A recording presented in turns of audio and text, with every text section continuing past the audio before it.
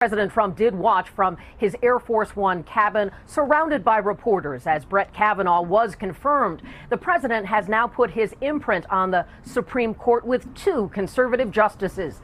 He will take a victory lap tonight at a rally in Kansas after what he called a horrible attack by Democrats on his new justice. On this day to tally the final votes, thousands marched on the U.S. Capitol demanding to be counted.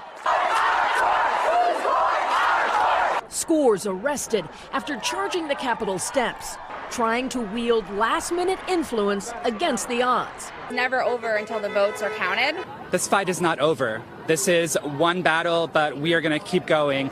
The free speech on display also came from those who believe Brett Kavanaugh is the right choice. I've just had it, and I just feel like I need to support my president, Judge Kavanaugh, and my country. Many stood up for sexual assault victims and against Judge Brett Kavanaugh, who fought back against decades-old sexual misconduct allegations. This is not okay with American women. Others said they believed Kavanaugh's denials over Christine Blasey Ford's accusation. There's no evidence to corroborate her claims, and you're going to ruin his life. Is that fair?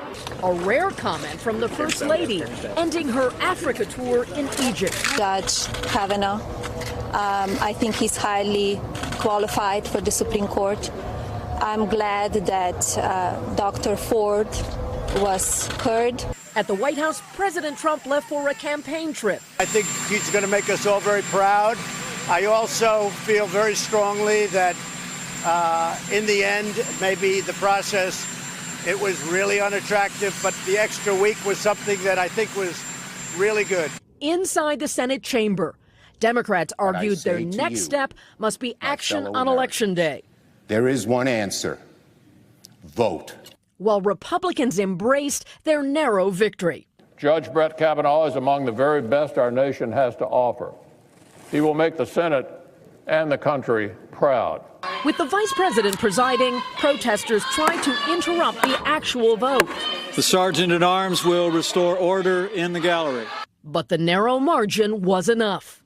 On this vote, the ayes are 50, the nays are 48.